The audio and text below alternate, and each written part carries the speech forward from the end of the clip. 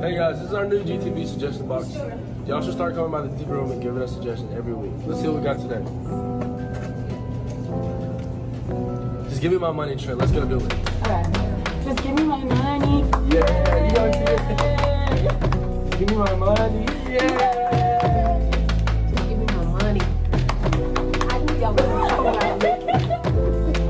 Give me my money. Yeah. Just give me my money. Yeah. Just give me my money. Yay! Just give me my money. Give me my money.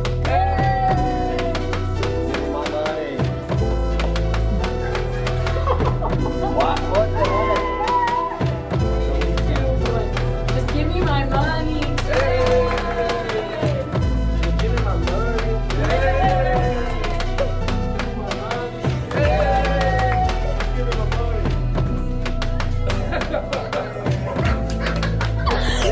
3, 2, 1.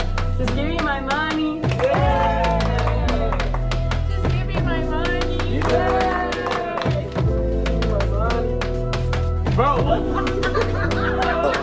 This is that new video that they're saying that Nolan Wells wasn't even on the boat. This is supposedly when that emergency call was made. I'm going to be completely candid. I don't trust a single thing that they're saying. And let us not forget, there's this emergency audio call. It wasn't 911. They made this emergency call. Look at Nolan Wells. Look at him. They were jealous of him. He was getting ready to be big in the football world. His family was dedicated. He was dedicated. I got that vibe that all his friends were jealous of him. You could tell he was the kid that was popular. You could tell he had a great personality. You could tell the girls liked him. Us, special guest, Brandon Tatum. You interviewed, as we played at the get-go, several of Nolan's friends. Did they show you photos, videos, snaps of that day on Horn Island? Well, Nancy, thank you so much for having me on. I spoke to 4 of the boys that are originally accused of being involved in Nolan Wells' death. And they did show me a lot of evidence. And in talking to these young men, the burden of proof is they're going to have to prove to me. I'm not going to listen to what they say out of their mouth. They're going to have to show me. And in many cases, they showed me videos of Nolan on the island. They showed me videos of the boat when they were getting towed out, which is consistent with, kind of similar to what the phone call was. I mean, they showed me pictures of them with Nolan. They showed me phone records of them calling Nolan's mom and all of the above. So they seemed very consistent. They seemed very genuine. And they also proved to me some of the things that they had told me in the interview that I had with them that I have uploaded on my YouTube channel. It's on the line! Get away! Get away! It's on the line! Get away! It's on the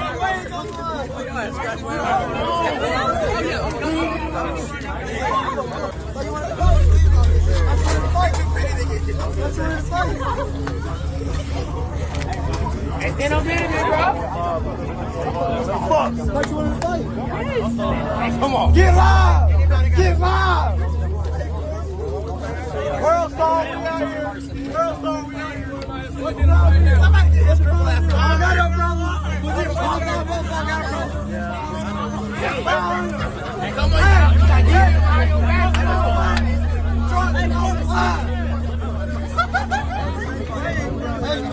The truck is on the line. Get away. Get away. It's on the line. Get away. It's on the line.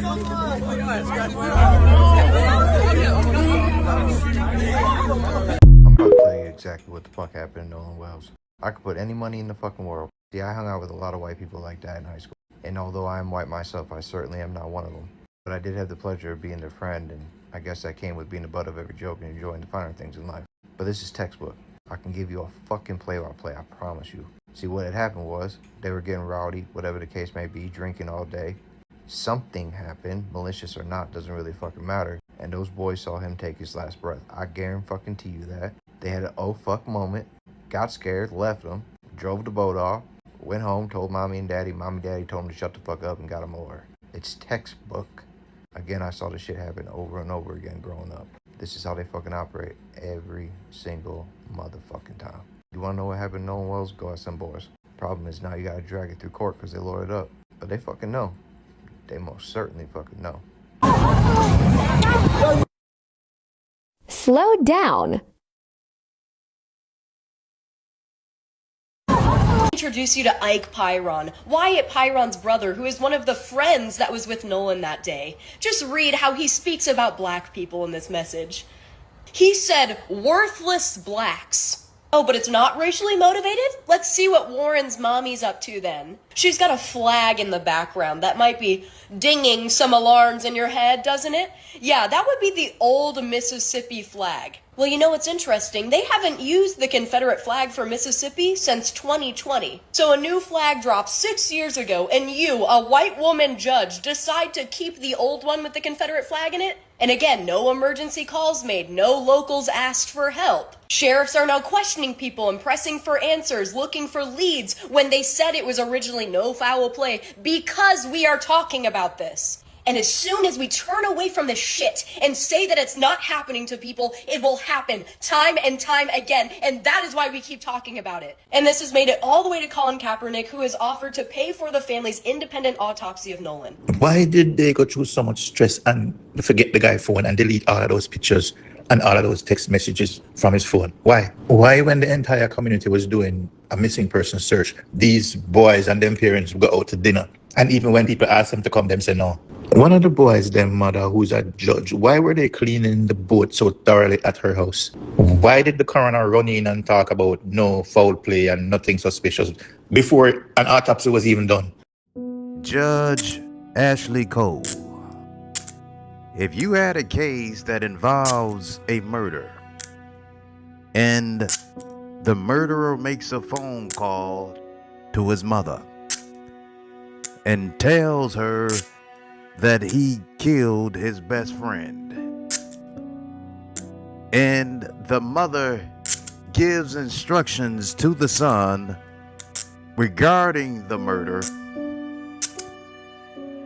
regarding the phone of the friend that he murdered, and you give instructions on how to retrieve and delete things from off the phone of the victim, would that be called accessory after the fact? Would that be obstruction of justice? Would that be tampering with evidence? Judge Ashley Cole, you are the mother of Warren Hudson, who seen and took part of calling 911 when the body of Nolan Wells was on that boat. Did he call you at any point? And did you give him instructions on what to do with the body of Nolan Wells? Did you give him instructions on what to do with the recovery of the phone that was not in the possession of the victim who died? Are you guilty? Accessory after the fact. Are you guilty of obstruction of justice? Are you now a judge or a criminal? I don't believe he drowned. I believe he was killed. But I'm a judge that has to weigh all the evidence. Preliminarily, that's what I see. You don't leave your friend on an island seeing that he has left his phone and not at least go back. You came there with him. You left him there, you say, because he wanted to stay. But you notice that he's left his phone. How was he going to get home in the first place? Wouldn't he need his phone in order to call his transportation? Or they should have known some of that. He would have said, I'm going to get home by such and such way. Hey man, I'm not coming. Y'all go ahead. I got a young lady. Okay, man. Is she going to bring you home? How you going to get home? You don't ask any of those questions? So you must have asked those questions. If you didn't, that's more evidence that I believe contributed to the reasonable suspicion. So I'm with the prosecutor. How about that so far? So you won't have to say that the judge is making conclusions without getting the evidence. The prosecutor has found enough evidence to create a reasonable suspicion that a crime occurred. And now they're going to interview everybody and come up with some answers on whether to indict. So I'm there with the prosecutor so far. Take it to the grand jury. Now I have to wait until what the grand jury comes back with before I support any charge or any lack of charges. So you feel like it was foul play? Yes. It doesn't make sense. And it creates a presumption. When you don't have an explanation and someone ends up dead and you hear contradictory or stories that really aren't credible because they make no sense, and you hear the same story from three people, who knows? They may have told 2 or 3 different stories. We don't know. We will know when that grand jury comes back. So that's the case in that scenario. Hey, my beautiful people. And in case you guys are having a hard time believing that Judge Ashley Cole is the one that's behind everything, let me give you a reminder. She was the judge that was over the Aubreigh Wyatt case. Remember the little girl that committed suicide because she was getting bullied? She is the one who sealed all court documents from the public and protected the bullies and the bullies' parents. The mother of Aubreigh Wyatt eventually had to shut down her social media, court ordered. So she's good at concealing things. Also, I got a verifiable confirmation about Southwest Mississippi Community College, the college that Nolan Wells went to and was playing football. Remember, I told you that the school is responsible. I got confirmation that there has been some physical abuse to the players, and nobody stands up to it. And this abuse is coming from the head coach. The head coach is Les George. I told you guys that there was racial severe tension there. I also got confirmation that it's run by a whole bunch of white men, hence that good old boy system. It's one of those situations where you are to be seen, not heard, do what you're told, or suffer the consequences. And a lot of them probably do it because football is their ticket out, their way out, and it's sad. I told you in my channel with Nolan, there was somebody that they dare not stand up to at that school. But Nolan stood his ground. At some point, he was not following the directions. He was not taking that abuse. Justice will be served for Nolan Wells.